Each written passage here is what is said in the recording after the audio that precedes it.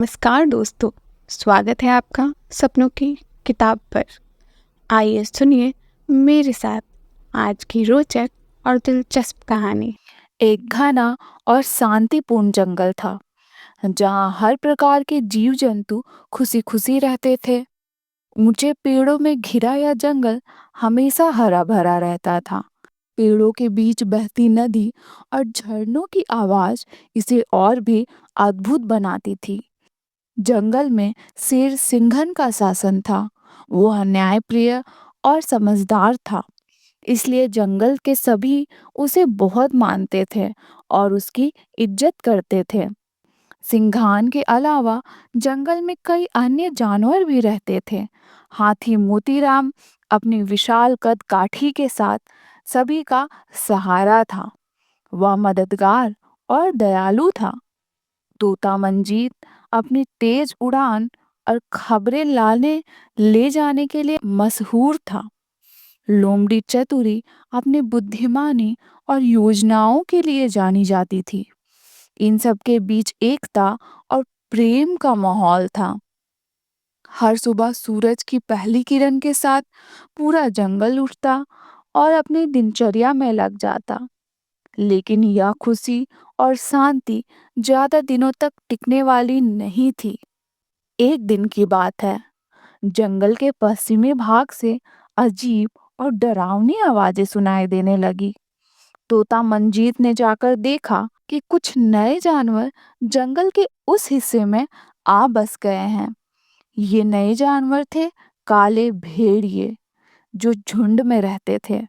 उनका नेता था कालिया, एक बड़ा और खतरनाक भेड़िया। वह ताकतवर, घमंडी और हिंसक था। कुछ ही दिनों में कालिया और उसके साथियों ने जंगल के दूसरे हिस्सों में आकर उत्पात मचाना शुरू कर दिया। वे छोटे जानवरों को डराते, उनकी खाने पीने की चीजें छीन लेते और जो भी उनका विरोध करता उसे घायल कर देते। इससे जंगल में भय का माहौल बनने लगा। जब यह बात सिंघन तक पहुंची तो उसने तुरंत एक सभा बुलाने का फैसला किया। सभी जानवर जंगल के बड़े बरगद पेड़ के नीचे इकट्ठा हुए। सिंघन ने गंभीर स्वर में कहा, हमारा जंगल हमेशा शांत और खुशहाल रहा है, लेकिन कालिया और उसके साथियों ने हमारी शांति भंग कर दी है। हमें इस समस्या का समाधान करना होगा। हाथी मोतीराम ने सहमति जताई, हम अकेले इतने नहीं लड़ सकते, हमें मिलकर एक योजना बनानी होगी। लोमड़ी चतुरी ने कहा, हम उनसे सीधे युद्ध नहीं कर सकते, वे ताकतवर हैं, लेकिन अगर हम चालाकी और एकता से काम ले तो हम उन्हें हरा सकते हैं। तोता मंजीत ने सुझाव दिया, पहले हमें उनसे बातचीत करनी चाहिए, हो सकता है वे समझौता के लिए तैयार हो जाएं। सिंघान ने सबकी बात सुनी और फैसला लिया कि पहले बातचीत की जाएगी। अगले दिन मोतीराम, मंजीत और चतुरी कालिया के पास गए। कालिया अपने ठिकाने पर आराम कर रहा था। मोतीराम ने उसे शांत स्वर में समझाया, कालिया भाई, यह जानवर सभी का है। अगर हम सब मिलजुल कर रहें तो यहाँ किसी को कोई परेशानी नहीं होगी। कालिया ने हंसते हुए कहा, तुम हमें समझाने आए हो? यह जंगल अब हमारा है। जो हमसे टकराएगा वह मिट जाएगा। अगर तुम्हें परेशानी है तो जंगल छोड़ दो। यह सुनकर मोतीराम और बाकी जानवर समझ गए कि कालिया शांति से रहने वाला नहीं है और उससे समझौता करके कोई फायदा नहीं है। उससे समझौता करने का मतलब यह है कि भैंस के आगे बीन बजाना। जंगल लौटकर चतुरी ने कहा, अब हमें अपनी योजना पर काम करना होगा। तोता मंजीत ने कालिया और उनके साथियों पर नजर रखने की जिम्मेदारी ली। उसने देखा कि कालिया और उसके साथी रात में शिकार करते हैं और दिन में सोते हैं। चतुरे ने अपनी योजना बनाई। हम सबसे पहले उन्हें उनके ठिकाने से निकालेंगे। हमें उन्हें अलग अलग करना होगा क्योंकि वे झुंड में रहते हुए ज्यादा ताकतवर हैं। सिंघान ने आदेश दिया कि सभी जानवर अपनी अपनी जिम्मेदारियों को निभाएं।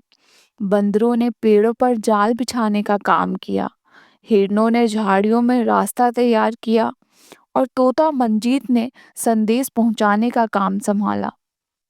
अगली रात तोता मंजीत ने अपनी तेज आवाज में कालिया के ठिकाने के पास चीखना शुरू किया। इस बीच हाथी मोतीराम ने अपने पैरों से जमीन पर जोरदार धमाके किए। अचानक हुई इस हलचल से कालिया और उसके साथी घबरा गए। कालिया चिल्लाया, यह क्या हो रहा है? सब भागो यहाँ से। जैसे ही वे भागे, अलग अलग रास्तों पर चले गए। यह वही रास्ते थे जहां चतुरी ने जाल बिछा रखे थे। धीरे धीरे भेड़िया जाल में फंस गए। सुबह होते ही जंगल के सभी जानवर बरगद पेड़ के पास इकट्ठा हुए। जाल में फंसे कालिया और उसके साथियों को वहां लाया गया। सिंघान ने गुस्से से दहाड़ते हुए कहा, हमने तुम्हें समझाने की कोशिश की, लेकिन तुमने हमारी शांति भंग की। अब तुम्हें इसकी सजा जरूर मिलेगी। कालिया ने डरते हुए कहा, हाँ, हमें माफ कर दो। हम यहाँ से हमेशा के लिए चले जाएंगे महाराज। सिंघान ने सभी जानवरों से पूछा, क्या हमें इन्हें माफ कर देना चाहिए? सभी ने सहमति जताई कि उन्हें माफ कर दिया जाए, लेकिन इस शर्त पर कि वे दोबारा जंगल में वापस नहीं आएंगे। कालिया और उसके साथी जंगल छोड़कर चले गए। जंगल में फिर से शांति और खुशी लौट आई। सभी जानवरों ने समझ लिया कि मिलजुल कर रहने और एकजुट होकर काम करने से बड़ी मुश्किल को हल किया जा सकता है। तो दोस्तों, इस कहानी से हमें यह सीख मिलती है कि मुश्किल समय में समझदारी, एकता और सहयोग से हर समस्या का समाधान किया जा सकता है।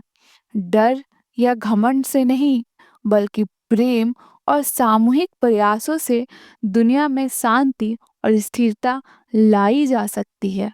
तो दोस्तों, ये थी हमारी आज की मज़ेदार कहानी। उम्मीद है आपको मज़ा आया होगा और आपकी कल्पनाओं को पंख मिले होंगे। अगर आपको यह कहानी पसंद आई हो तो इस वीडियो को लाइक करना ना भूलें और हाँ, अपने दोस्तों के साथ शेयर करें ताकि वो भी इस रोमांच का हिस्सा बन सके। चैनल को सब्सक्राइब कर लें और बेल आइकन को दबा दें ताकि अगली बार की कहानी आप मिस ना कर सकें। तब तक के लिए सुनते रहिए और सोचते रहिए। मिलते हैं अगली कहानी में। धन्यवाद।